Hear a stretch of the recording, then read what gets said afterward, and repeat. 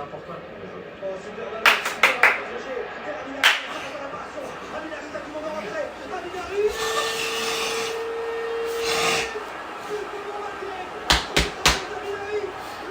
C'est magnifique, que c'est incroyable encore une fois. Salut à tous, j'espère que vous allez bien.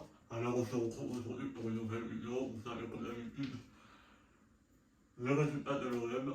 Alors ce soir, je suis encore une fois de plus heureux. Bien sûr, parce que c'est la victoire pour le compte de la 31e journée de 2-0. Je ne sais pas, c'est tellement beau d'enchaîner des victoires comme ça, une victoire importante pour le podium, pour la fin du championnat, c'est juste magnifique. Alors, pour commencer, on va parler un peu du statistique. Tout d'abord, comme vous pouvez le voir, on a dominé le match, tout simplement. On n'a pas le plus grandement dominé le match. Il y a eu des occasions dans les deux équipes. Et franchement, ça a été plus positif de notre côté. Et je crois que nos efforts ont porté leurs fruits. Comme vous pouvez le voir, on a fait pire.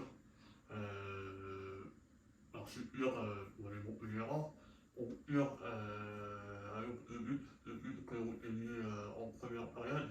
Je crois que le premier but a eu lieu à la 9e minute par Romain Diop et le deuxième but, 18e, 19e minute, sur penalty par Elder. Donc après ces deux buts, il n'y a pas vraiment eu, il n'y a pas eu d'occasion, mais il n'y a pas eu de but, pardon. Franchement, après, il y a eu dans le cas, il y a eu un coup d'arrêt. On a essayé de se créer des occasions avec nos attaquants. On va dire qu'il y a eu deux grosses occasions en première période. Il n'a pas su les placer comme il faut. Et je pense qu'on pouvait faire mieux. Donc, après, le choix tactique aussi de la part de Sampaoli qui a joué un petit peu sur l'enjeu du match. Donc, on a trouvé une tactique un peu différente des précédents matchs. Et donc, les gens ne sont pas forcément adaptés sur les propositions précédentes. Donc, mais on a quand même réussi à créer un jeu et avec cette proposition-là, amener la victoire au Vélodrome. Et c'est ça qui fait vraiment plaisir, c'est surtout ça qui est super important pour nous, pour la suite du championnat, pour la fin du championnat, pardon. Et j'espère qu'on continuera encore sur cette lancée. Alors, on rentre un peu plus dans le détail dans ce match concernant les joueurs. Alors, comme tout à l'heure, il y a une compo un peu différente. On a eu des joueurs qui n'avaient pas forcément eu leur place de titulaire ou même de remplaçant lors des précédents matchs. Je vais commencer par Lucien Leretti, qui était remplaçant. Alors lui,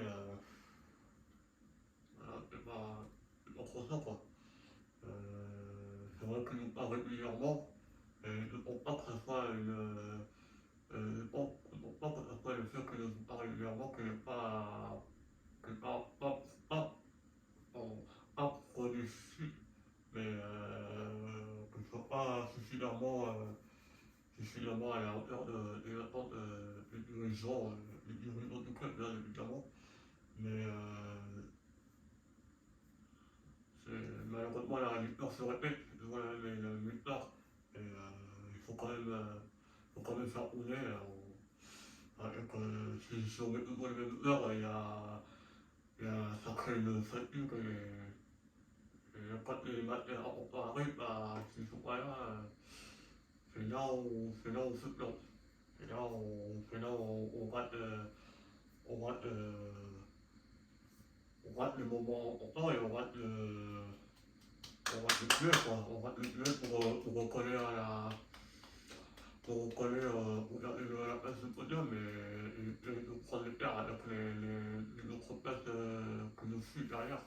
on va dire que moi j'ai trouvé son meilleur, il a meilleur but. Bon après son but n'est pas forcément incroyable, hein, on a bien vu une passe en retrait, en retrait, pardon, une passe, et où il a eu à la merde. Donc il n'y avait rien de difficile. Oui, c'est vrai, il aurait pu la rater. Mais bon, encore heureux qu'il est nul, quoi. Donc, j'ai vu qu'à partir de ce moment-là, le match était bien lancé. J'ai vu partir sur la défense. William Saliba aura la voiture incroyable. Luan Perez, toujours, toujours la même situation. Plutôt bon, il mérite sa place de titulaire, franchement. Je pense qu'il mérite sa place de titulaire. Boubacar Kamara, vraiment un gros match quand même. Je trouvais il a eu du focus sur une grosse action montpelliéraine qui aurait pu être mise. Même très dangereux, hein. On voit les frappes d'attaquants au milieu de terrain montpelliérain et que c'était très souvent Camara qui connaît la balle, quoi. Ensuite, il y a eu Arrondé, voilà, un très bon milieu de terrain, un très bon défenseur, pardon. Je sais pas son poste défenseur, mais bon, au milieu de terrain, on a eu Matteo Pellouis, et Louis, voilà, à chaque vidéo, je répète la même chose, donc j'ai pas trop envie de faire des répétitions. Larsen, je trouvais un petit peu moins bon que le précédent match. Et ensuite, le jour du difficulté, surtout en avant, quand il avait eu l'occasion de marquer un ou plusieurs buts. Mais bon, c'est pas trop grave. Les journalistes le prenaient gagné. Donc ça peut arriver à un match ou deux ou trois matchs quand le joueur se fragilise bien fort dans le milieu de terrain après. Qu'est-ce qu'il est incroyable ce joueur! Il nous fait des sombreros, il nous fait des gestes, je sais pas trop comment dire ça, mais franchement, en plus il est bien, son positionnement, on le trouve un peu très mobile, vraiment très mobile et il apporte beaucoup à l'équipe. Il fait bien surtout qu'on avait la force d'une équipe ailleurs, hein. Une équipe ailleurs qui était rentrée en cours de deuxième période à la 60e minute. Voilà, donc ça, c'est pourquoi, parce que il fallait le laisser au repos, parce qu'on aura un gros match, celui de notre tour contre Paok Salonique à l'extérieur, en Grèce. Donc on a besoin de lui pour essayer de remettre ce but millénaire, ce but incroyable qu'il a mis au match aller, hein, jeudi dernier. Non, je rigole, c'est pour délirer, mais voilà, on a besoin de grandeur pour les matchs les plus importants. Sachant qu'on va avoir le Paok Salonique, pardon, à l'extérieur jeudi. Et on va enchaîner contre le Paris Saint-Germain à l'extérieur dimanche soir. Je vais vous dire, ça va être lourd. Ça va être lourd, et je dis pas que ça va être lourd dans le sens où ça va être dur, mais ça va être du costaud. Et parce qu'on a des matchs aussi qui vont s'enchaîner derrière, on a Nantes le 21 avril. Je sais pas trop comment on va assumer ça, mais après ça, c'est plus enfin tout devant, alors on attaque. On a eu pas mal de sur le parallèle. On a eu sur le côté droit, pardon, on a eu Elder. Ouais, je le trouvais plutôt bon, même niveau que le match précédent. Donc je ne vais pas en revenir là-dessus. Et puis on a eu aussi, je crois, Amina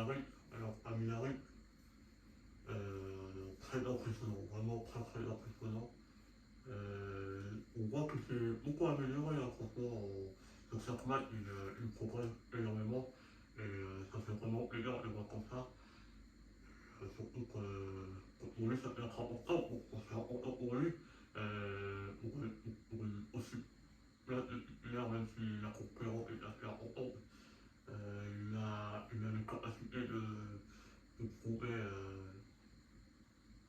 la capacité de montrer de quoi il en est capable et que là, on est vraiment, on est à l'équipe. Donc, au final, sur les statistiques, hein, on a parlé des tirs, voilà, il y a pas eu beaucoup de tirs cadrés parmi le nombre de tirs qu'on a fait, le nombre de passes réussies, voilà, le double. Le double, donc c'est pareil que le match précédent, je crois.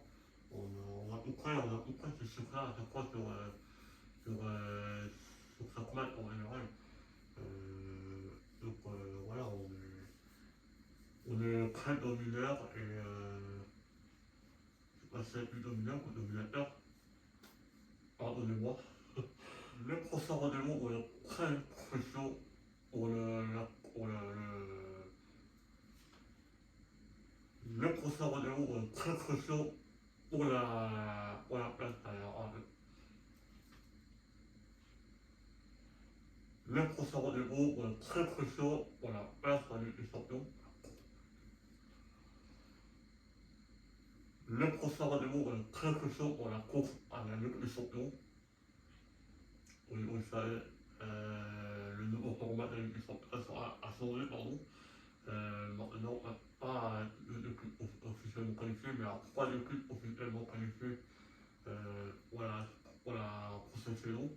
Donc, les trois premiers qui sont officiellement qualifiés en Ligue des Champions. Le troisième, le RB, pardon, jouera le barrage, le cinquième, je sais pas si le cinquième et le sixième qui seront en Europa League et le septième en conférence. Je ne sais pas trop comment ça fonctionne. Mais en tout cas, voilà, les champions, c'est que ça fonctionne comme ça. Donc moi je ne veux pas qu'on finisse troisième parce que c'est de progresser, penser à finir troisième, ça peut être synonyme de chute après. Qu'on veut finir troisième, et en fait, au final, on va se retrouver quatrième, cinquième, voire même centaine ou peut-être même plus bas. Vous voyez, donc si on descend, on sera peut-être toujours en Coupe d'Europe, mais ça serait un gros rythme, je pense, surtout pour les marques qu'on va avoir, qui doit être très difficile, et surtout très difficile. Hein. Donc, maintenant, on sur le calendrier. On joue Paris dimanche prochain. Juste avant, je vais vous dire le match retour contre le Barcelone en Grèce. Donc on joue Paris le 3 mois après le dimanche 17 avril. Donc dans une semaine, on part le prof. Ensuite, on joue le SC Nantes le 21 avril. Ensuite, on joue le Stade de Reims, le SC Nantes. Ensuite, on joue le Stade de Reims à l'extérieur le 24 avril. Ensuite, on joue Lyon, Lyon le 1er mai. Pardon, il y a la conférence là qui va se jouer. Du coup, le match de Stade de Reims va peut-être être reporté. Si on qualifie pour les demi-finales de la conférence, le match aller se jouera le 24 ou le 26, je ne sais plus, avril, et le match retour se jouera le 5 mai. Donc, c'est tout pour le Stade de Reims. Alors, le 24 avril, on aura le Stade de Reims à l'extérieur. Et le match aller, demi-finale de la conférence, si on se qualifie, ça ne sera pas le 24 ou le 26, mais le 28 avril. Donc, il sera le 28 avril, match à l'extérieur. Et notre retour à domicile le 5 mai. Oui, déjà le 5 mai. Et puis entre-temps, entre le 28 avril et le 5 mai, on jouera Lyon à domicile. Alors ça, ça va être en mode très important. Même si Lyon sur le classement, ils ne sont pas non plus très bien placés. Mais il ne faut pas non plus coupinier que nous fait subir en Coupe de France, en Coupe de France, en Ligue 1, pardon, on avait perdu 2-1. Le match avait été reporté suite aux incidents qui s'étaient passés au mois d'octobre, au mois de novembre. Donc voilà, le combat doit arrêter. Voilà, 1er mai Lyon, 5 mai retour de Michel à la conférence, 8 mai Lorient à l'extérieur, 14 mai à Laurence, à Rennes, pardon. Ensuite le 21 mai dans les matchs de la saison en Ligue 1 contre le Strasbourg à domicile. Et puis après, si jamais on arrive en finale de la conférence, on aura le 25 mai. La finale aura lieu le 25 mai. Donc oui, ça qu'on va très serrer, on va pratiquement jouer tous les 2 jours, le 3 jours, pardon, donc on va être vraiment sur ce. J'espère qu'on continuera dans cette lancée et qu'on collera la deuxième place, qu'on maintenra la deuxième place, pardon, de ce championnat et qu'on fera le maximum en conférence League pour pouvoir on va essayer de rapporter une coupe d'Europe. J'espère qu'on continuera sur cette lancée. Juste avant de vous parler un petit peu du classement, le classement va effectivement Paris notre première avec, avec 71 points, je crois. Nous, on a 59 points derrière Paris. Rennes qui nous prennent à 56 points, par 3 points d'écart. Le reste de cette pro, il y a Strasbourg, à Nice aussi, il y a Monaco, il y a Rennes. C'est le pro à l'ordre, mais franchement, j'ai très content aujourd'hui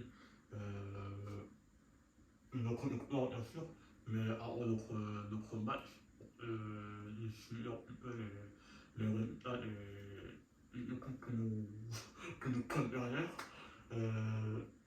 À Lyon et Strasbourg sont battus. On préfère quand même une victoire à Lyonnais parce que Lyon ils sont 9e et Strasbourg ils sont 4e. Lyon ça aurait permis à Lyon d'avancer, même si moi je sais pas en vrai, mais c'était surtout pour Strasbourg pour pas qu'ils prennent de points, pour qu'on puisse écarter le danger. Rennes qui gagne malheureusement pour le programme. Nice qui a 3 € par lance. Donc ça, c'était vraiment bien pour écarter encore une fois les dangers. Et puis c'est tout. Donc maintenant, c'est à nous de continuer comme ça et encore creuser l'écart et garder notre deuxième place, et pourquoi pas peut-être, on sait jamais, on sait pas préparer, peut-être qu'on sera en Europe, préparer le pool sur les derniers matchs qui nous restent. Donc après, jamais, on peut se dire qu'on se croit, mais moi je ne crois pas trop. Vu l'écart de 11 points qu'on a entre Paris et l'OM. Tout est possible. Sur ce, les amis, on a fait pour cette vidéo. J'espère qu'on continuera encore sur cette lancée, que je serai toujours encore et toujours heureux de pouvoir gérer les victoires marseillais et les magnifiques micros que nos heures nous mettent.